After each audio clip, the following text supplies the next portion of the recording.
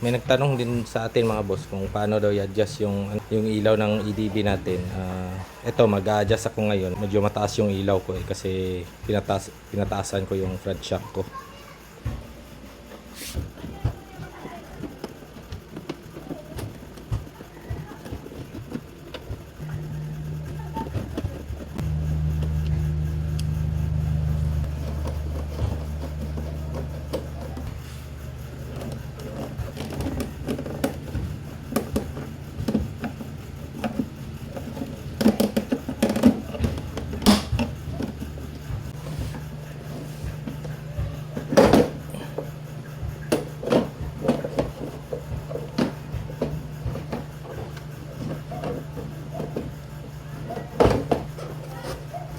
So dito mga boss, gumamit lang kayo ng star screw, tapos ikotin nyo lang itong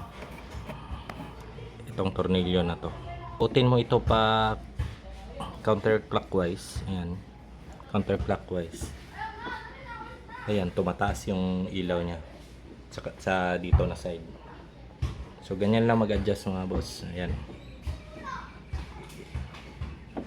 yan, i-level nyo lang siya. Yan.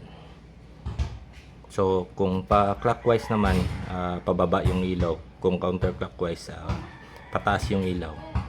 Tapos dito sa kabila mga boss, mahirap dito. Kailangan kayo gumamit ng mataas dito ng star screw para maabot nyo yung tornilyo dito. Ayan. So pwede na pala ito kung ganito kataas.